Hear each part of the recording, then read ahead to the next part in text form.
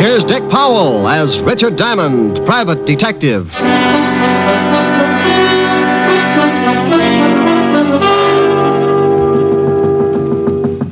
Yep, door's open. Mr. Diamond. Well, Angelino, come in. I didn't know whether you were busy or not. If you didn't hear the drums, you know I'm not busy. Drums, Mr. Diamond? Well, it's sort of a ritual, Angie. Every time I get a paying client, my landlord offers up his thanks to the goddess of joy. Plays an old bongo and turns on the heat as a kind of sacrifice. I see. Oh, no, you don't. You're too normal. What's the trouble, Angelino? The pig's knuckles in your butcher shop got arthritis? You always with the kidding, Mr. Diamond. Yeah, that's the kind of a hairpin I am. Hairpin? Angie, you got something on your mind. Forget my little asides and let's have it. I got the big problem, Mr. Diamond. Oh, you mean something's wrong and you can't pay me to take care of it? Oh, no, I can pay. Oh, well, then you haven't got a problem. You slip me the cash and I'll move in on your worries. Well, you see, it's like this. I come to you as a sort of representative for all the other butcher shops, the independent ones.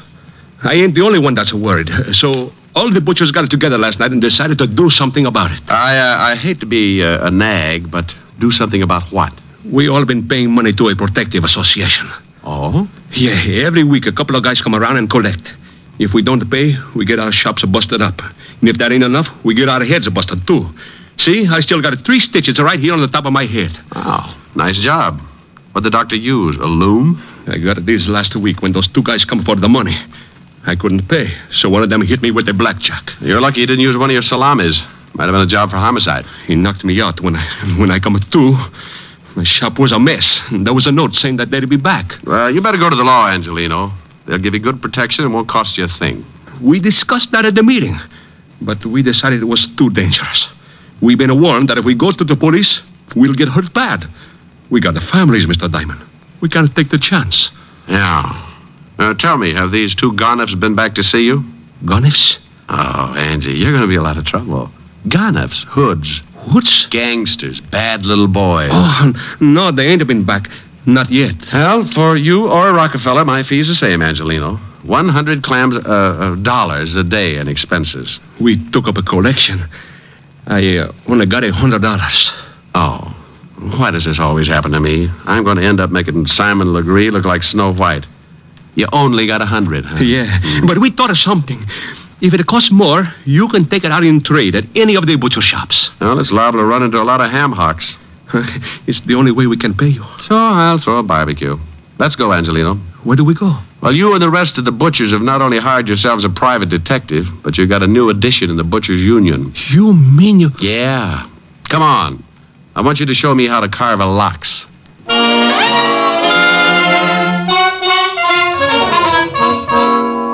Well, that's what happens when your reputation gets around to the butcher shops. I'd been buying cold cuts from Giuseppe Angelino for the past 2 years and telling him what a great detective I was. I should have known he'd never take my word for it, so now I had to prove it. His shop was over on 10th Avenue, so we walked over and went in. He took me around behind the counter and handed me a white apron. I don't get it. Why you want to be a butcher? Well, Angie, you want me to get a line on these 2 guys who do the collecting, don't you? Sure. Well, I can only think of 2 ways I could watch them and not look suspicious. Make like a butcher or crawl in with the ground round. Huh? Think what would happen if someone looked down for the price of ground round and caught it staring back at them. Oh, that's a good one. That's pretty good. Oh, now, come on, Angie. It wasn't that funny. You got my $100, ain't you? It's a riot. Yeah. Well, come on. Let's show me what happens with this butcher racket. Customer. I'll show you later. Well, nothing like learning fast. Let me handle the sale. Think you can? Here she comes. Oh, good morning, Mrs. Hennessy. Oh, good morning, Mr. Angelino. Business must be good. I see you have a new butcher. Oh, yes. This is a Mr. Hangtooth. Hangtooth?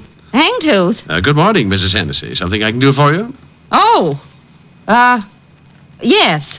How much is the lamb shoulder today? Oh, Yes, which one? What? Look, maybe you better let me take... Relax, Angie. I'll make it. Which shoulder would you like, Mrs. Hennessy? Well, is there any difference, young man? Oh, yes.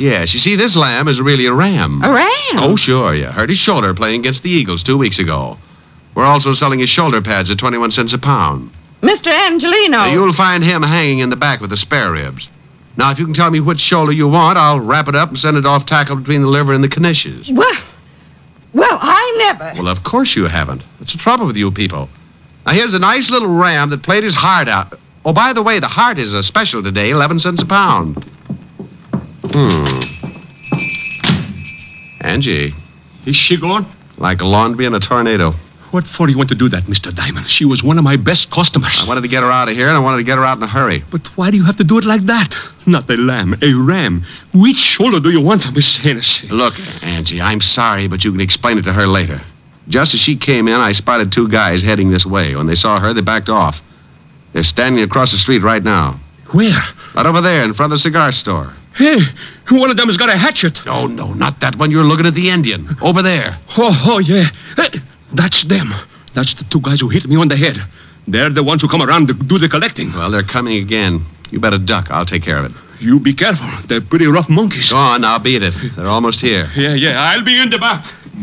One meatball, I got you under my skin.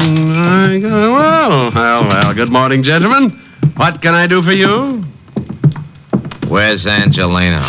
Oh, well, he's out buying some old buffalo. I'm the new assistant. Buffalo? Red, shut up. And get your hand out of the pickles. All right, now tell me, new assistant, when'll he be back? Well, that's hard to say. These buffalo are in Wyoming. Oh, yeah. Carl, you know, I think this guy's trying to be funny. You win yourself a lamb chop. How'll you have it, with or without the bloomers? You know something, Red? I think you're right. What's your name, laughing boy? Hangtooth. Hangtooth? Oh, I'm going to have more fun with that. It throws everybody. Well, look, Hangtooth. You know who we are. How many guesses? You won't even need one. We're in a hurry. We're collectors. We put all the scraps out in the back in a can. You can't miss it. I don't like you. Well, I have a friend. Maybe we could double date. Look, let's stop the clowning. If Angelina didn't tell you about us, it's going to be too bad for you. We're here for some money. We get it every week. $25. Yeah. Last week, Angelino didn't have it, so he accidentally hit his head. We figured that all that blood would make him remember it this week. Well, I'm sorry, friend, but Angie didn't say anything about it. Tell me, what does he pay you boys for? Oh, little things. Protection, mostly.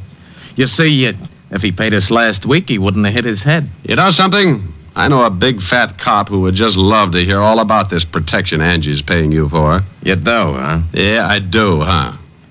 Well, look, seeing as how you're a new boy around here, maybe we ought to tell you first. Why don't you do that? Let's go on the back. I like it here. I listen better. You do, huh? Is that all you guys can say? Now get out from behind that counter. Oh, I want to explain the thing to you. Yeah, go on, Red. Explain it to Mr. Hagtooth. Hangtooth. You'll have to pardon him. He don't hear so well. How's your hearing, Hangtooth? Depends on what I'm listening to. If it's dull, I might end up with an ear trumpet. You might end up with one whether it's dull or not. Now, seeing as how you're working for Angelino, you're going to need protection, too. So let's have the $25. I want to know what I'm buying. Sure. Here. Oh, now, don't you know it isn't nice to go around breaking up showcases, and especially with that nasty old sap? Well, you never know when things are going to get busted, see? Now, don't you think you need protection, Mr. Hangtooth? Tell you what I'll do. I'll pay you for protection if you'll pay me. Pay you? For what? Well, you never know when things are going to get busted. Like your jaw, maybe. Why, you... Hey, Carl, help me. Yeah, sure I'll help. This looks like my head breaking day. Got his legs. All right, hold him. I'll tap him good. Give it to him again. Oh, he's a rough one, ain't he? Yeah. Kick me in the mouth, will you? Hey, Red. Let me try that, huh? Hangtooth turns such a pretty color when you kick him like that. He's out. You think he gets the idea? Maybe not right now, but when he wakes up, he's going to have a sore head to remind him. Come on, we'll come back for Angelino later.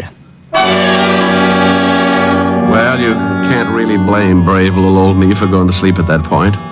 One I could have handled, but in that cramped space behind the counter with both of them coming from different directions, I had to give up sooner or later.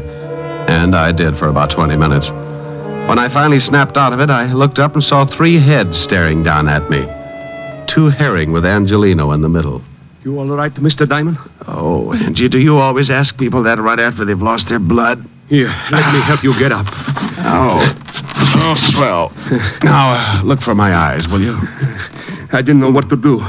I guess I should have called the police. Oh, why, Angie, you're really beginning to think for a change. Oh, let me sit down. But when I thought about calling the police, I also thought about my family. Those 2 men might have beat up my family just like this. Yeah, I guess you're right. You take the $100, Mr. Diamond, and forget about this. It's too dangerous. When they come back, I'll pay them the money and nobody gets hurt. Look, I can understand why you're scared, Angie. Those 2 headhunters aren't kidding, but you can't let them get away with it. I can, and I will. I ain't taking no more chances. First, they bust up my shop, then they bust... No, thanks. I've had enough. Okay, Angie.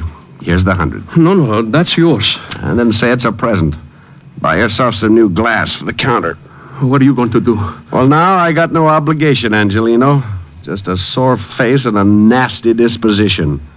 I won't get back to normal until I find those 2 guys and tie their necks in a bow.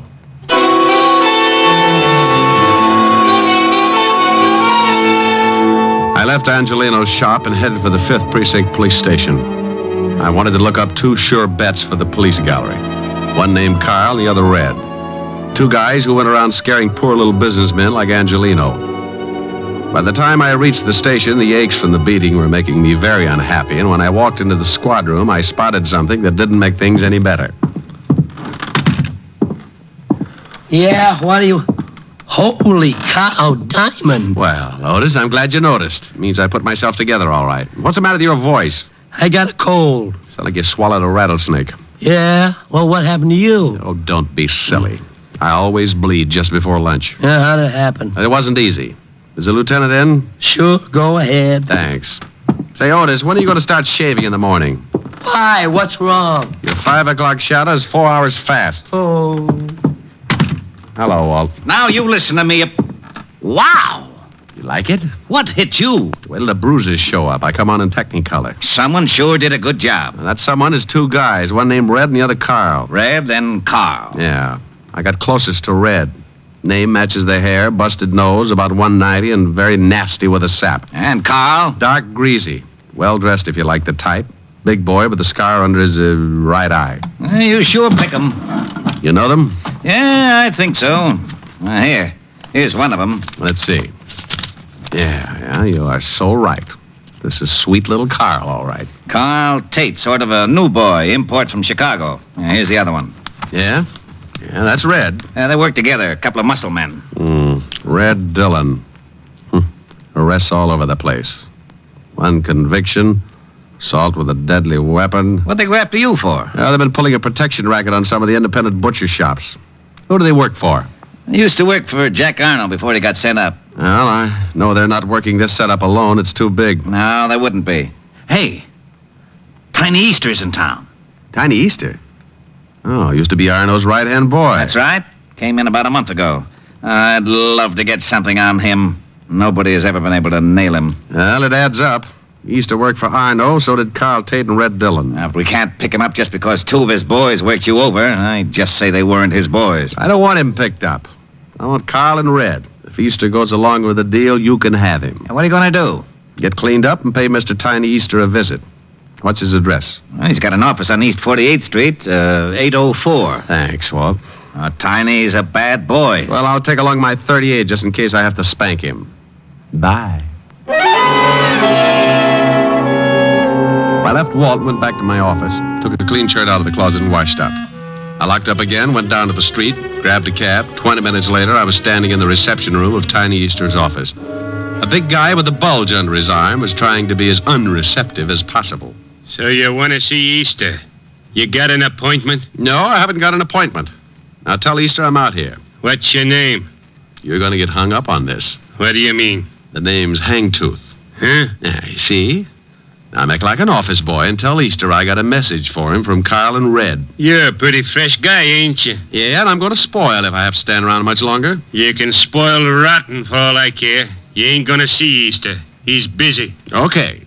You know, you get so excited you'll ruin your stomach someday. I don't think so. You don't, huh? Skeptic.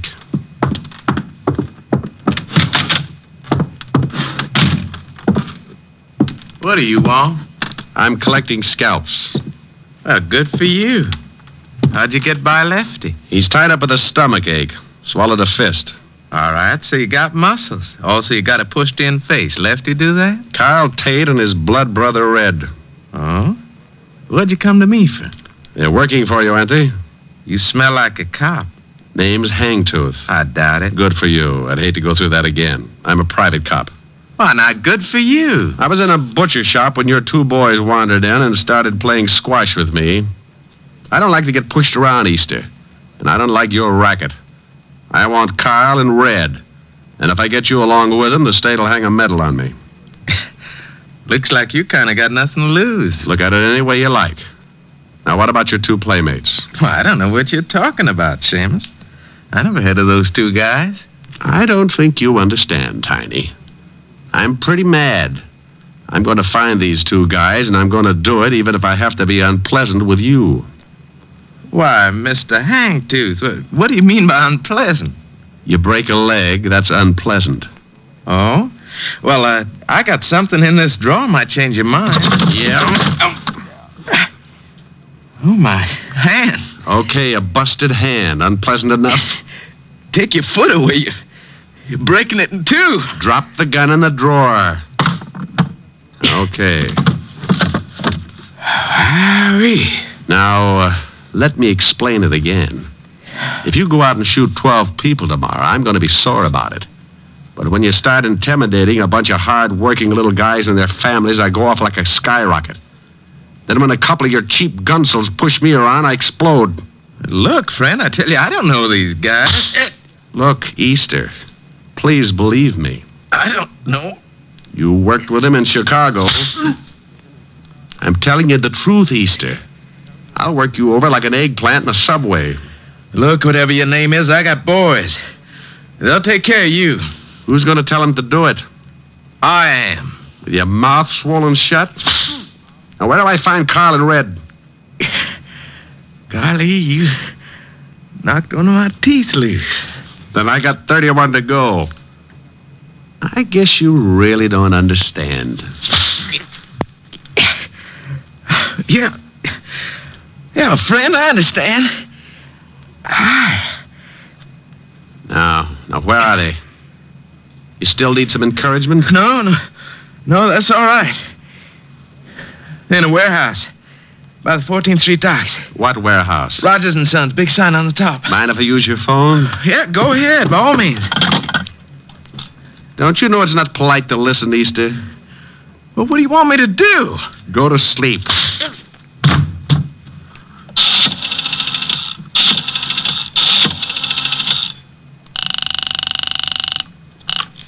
Homicide, Lieutenant Levinson. Walt, Rick, I'm up at Easter's. He let you use the phone? He's asleep. I'm going down to Rogers' warehouse near the 14th Street docks.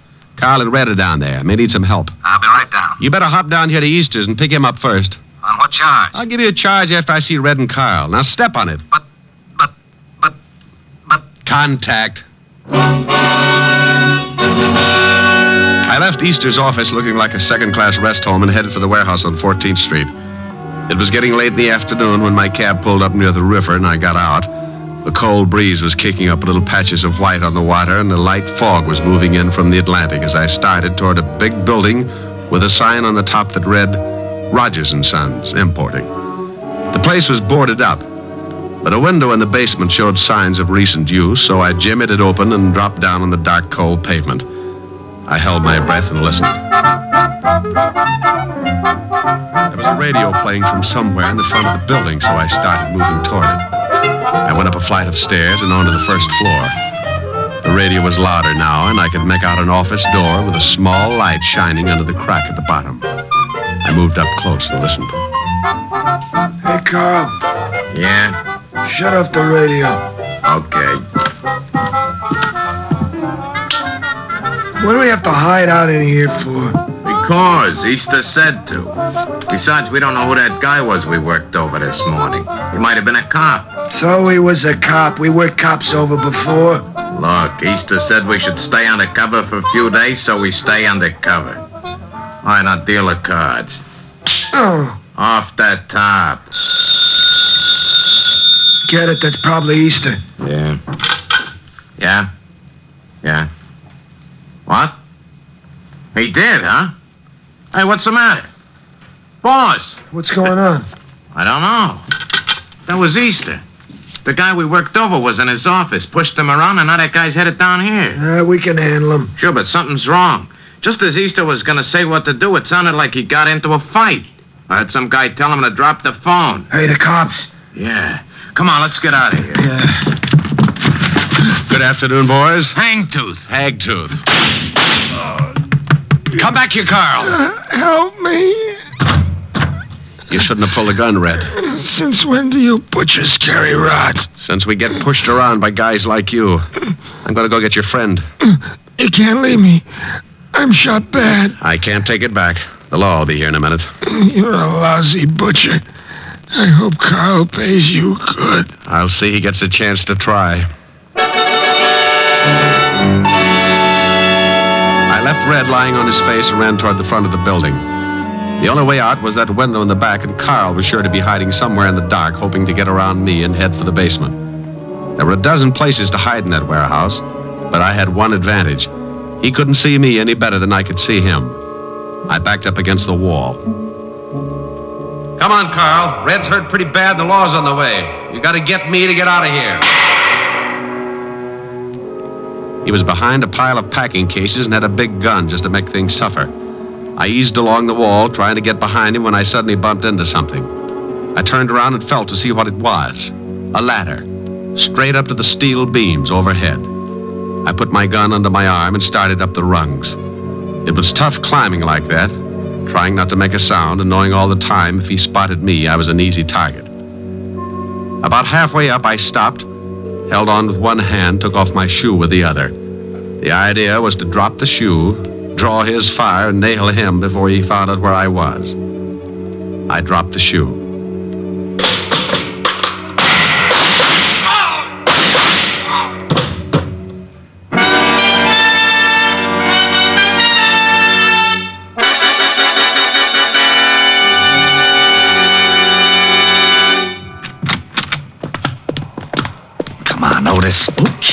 Okay, only take it easy. I can't see nothing, Lieutenant. You can't say nothing either. Shut up. You sound awful. Oh.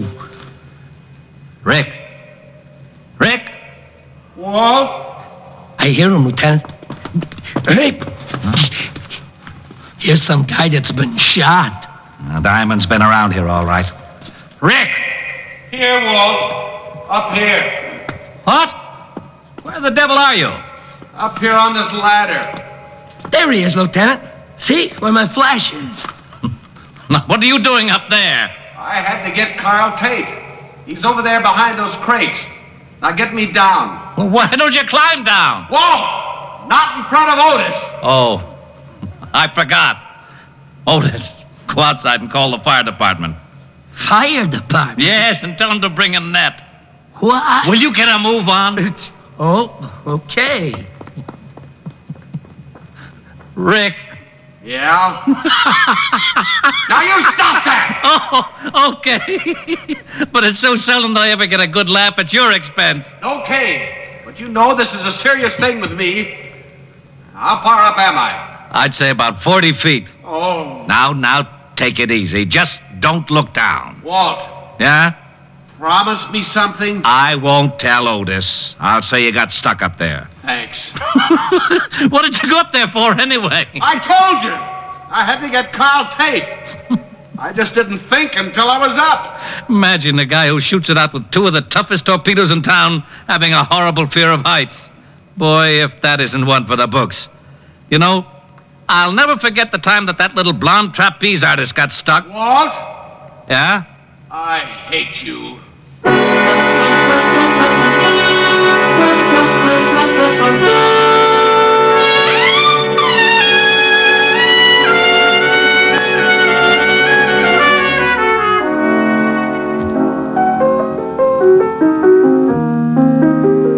Rick, how's your face? Fine. How's yours? Now you stop that. Oh, nice and soft. Rick, What's the matter? I'm just nuzzling a little. you're just nuzzling a lot. You want to nuzzle, you got to sing. Oh, no. No nuzzling. Oh, yeah. No sing, no nuzzle. Fiend. Piker, Just a real nuzzle. I think you're after my earrings. No. If I sing, Yes. I was ready. I was listening. I will remember you in the silent and lonely night, and the memory of your smile will bring me back the light. I will remember you when the leaves lie upon the ground, with the memory of a kiss in summer found. When the winds of winter come crying through the darkness, your lovely voice will come to me. Even though in spirit across the miles that part us, crying I love you, I will remember you till the spring of another year, till I hold you close again. I will remember you. Okay? Come here. Oh, wait a minute. Oh, now what? I just remembered. I got a surprise for you. Yeah? Got a new television set. Now you can watch the fights. Well, great. Where is it? In the den. But first you've got to do one thing for me. What's that? Well, the reception isn't very good yet. I called the repairman, but he said to check the aerial.